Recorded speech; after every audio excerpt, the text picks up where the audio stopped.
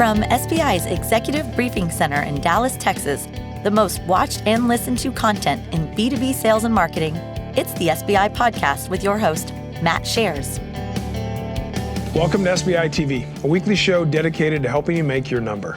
Today we're going to explore how new CEOs can stage and manage a turnaround. I'm your host, Matt Shares. I'm the CEO of SBI. Joining me today in the studio is Dave Ratner. Dave's the former CEO of Realm. Realm is an open source database provider. Dave's now an advisor to public and private boards on the topics of strategy, implementation, and execution. And he's actually starting a new role very shortly, which will become public. And we're excited for Dave as he continues on his amazing ascent as a turnaround guy. So Dave, first off, welcome to the show. Good to see you again, man. Thank you, man. It's a pleasure to be here. All right, so if you're watching or listening and you don't want to miss our weekly show, if you want to access the content library, you as an iPhone user can download our app via the Apple App Store by searching for Sales Benchmark Index. You can then use the iPhone notifications to bring your content to your commute, your travel, and your workout routine. All right, let's get started. So the CEO role is hard enough in normal circumstances, and I can attest to that. However, if you think about testing it in the fire, what we call a turnaround, it makes it even more challenging. So think about this as companies that have experienced consistent revenue decline, customer loss, employee churn. They truly are in crisis mode. The board gets more involved, and the one thing they usually do is they bring in a CEO who specializes in turnarounds. That's the focus of our show today. So Dave, before we jump into the show and kind of walk through what you've done, I think it would be great to educate the audience on your background, because I think one of the reasons why you're effective at what you do is the composition of your background. So why don't I turn it over to you? Thanks, Matt. It's a pleasure to be here. It's always a pleasure to come and talk with the folks at SBI. Yeah, likewise. You know, I started off PhD computer science and wrote a lot of code, but learned a lot about problem solving and problem identification, root cause analysis as part of that process. Yeah. And over the course of my career, I've run engineering, I've run product and product management, I've run sales and operations and IT and support and basically every function throughout the organization. And I think that has really helped me, as we'll talk about. You know, doing a turnaround requires a lot of intuition about what's working and what's not, and really getting into it. And it's really hard to do that if you haven't been there and done it first. Yeah. And Dave, a little fun fact, you are a triple black belt, if I understand. I've studied a variety of different martial arts. That's true. You know, I'm a competitive person by nature. Yeah. And that happens both in my personal life as well as in work. And I think, you know, part of being, you know, a turnaround CEO or any executive is that, you know, will to win. Yeah. Well, what I find interesting is Dave can not only outthink you, he can actually kick your ass too in multiple different disciplines. So if everything else doesn't work, you know, he can always default to that. So Dave and I are now going to move to the last segment. If you think about a turnaround, all right, you've got your root cause identified, all right, you've communicated that, and you've got a change plan laid out. Now you got to go get some humans.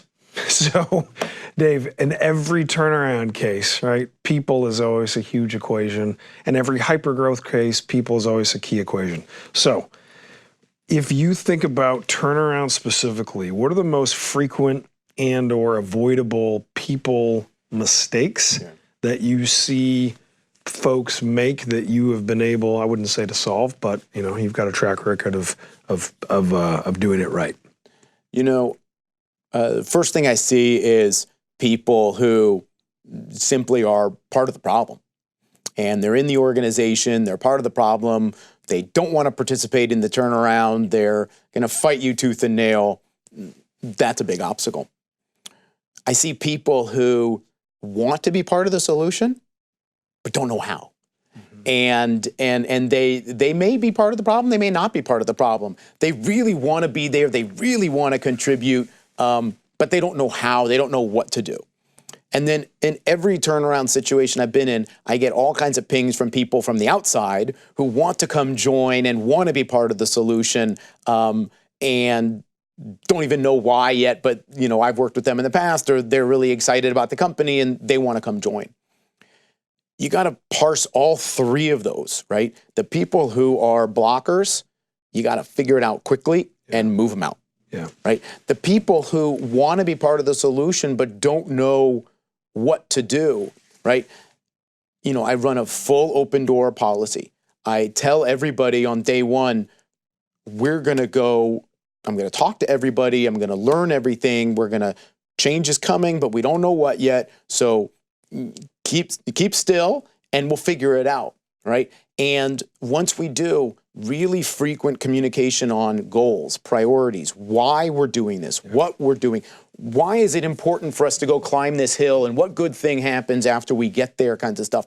That allows the people who want to be part of the solution, who want to be there but don't know what to do, that allows them to get on board, to help in that, to make sure everyone's rowing in the right direction. Helpful. You know, and then I get a lot of people who want to join the company. Look, I've worked with some amazing people in my career. I have a head of sales, and I absolutely adore her. I have a CTO that I've worked with at 3 different companies. But you can't necessarily just bring in the person you've worked with willy-nilly without understanding the root cause of the problem. You know, in the company I talked about that had fundamental product quality issues, switching out the VP of sales isn't going to make any difference, and in fact could actually make things worse in the short term, not better.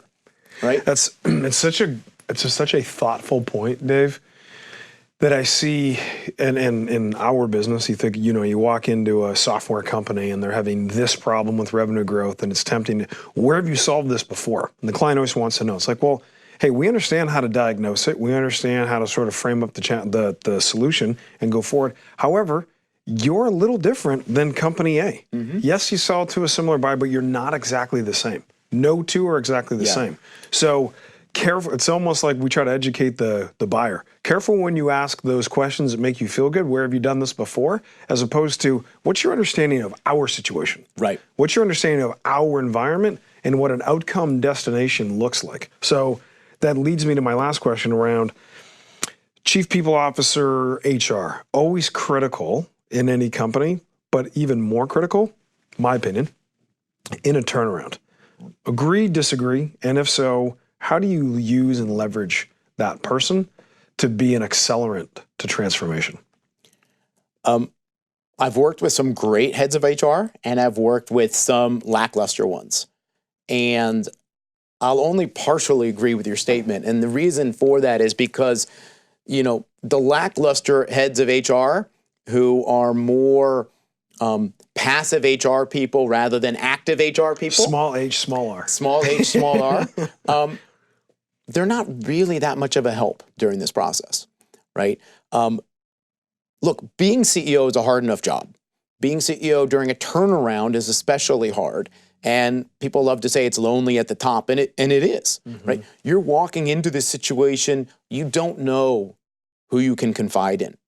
You know, the board has told you, I think Sally's great and I think Joe's trouble, but they don't really know. Yeah. You got to figure out those things for yourself. So you walk in on day one, you don't really know the history of the people. You don't know the history of the organization. You don't know who you can confide in. You don't know who you can bounce ideas off of. You don't have a partner inside the organization that can be your consigliere, that can help you think about things, or, you know, hey, look, I had this conversation with Susie, you know, this is what I got back. You know, a great head of HR or a chief people officer can be that partner for you as you go through this organizational transformation.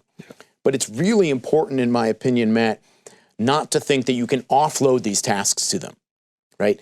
You still need to embed yourself in the organization. Sure. You still need to figure out these opinions. They can be your consigliere, they can be your partner, they can be your sounding board, they can be someone that you sit there and say, you know, I had this conversation or that conversation, here's what I learned, here's what I'm thinking, can you tell me the history of why, you know, Fred is in this role, or why, you know, Sally is doing this?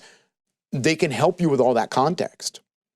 But you need to figure out how to make those decisions, and you need to figure out how to come out the other side. They're not going to be the implementation person for you. Otherwise, all the changes would have already been made. All right. So I think Dave, in a very short amount of time, just gave you a very easy to follow, or not easy to do, but easy to follow in terms of what to do when you walk into a turnaround. So Dave, always great to see you. Thank you for some great insight. Thanks for your time, your attention. I know you have a choice where you put your eyes and ears, and I truly appreciate it. As always, I wish you good luck as you try and make your number. Great job, man. That was good. That was power-packed. This has been the SBI Podcast. For more information on the studio, SBI's Executive Briefing Center, our team, or to schedule a workshop, please visit salesbenchmarkindex.com.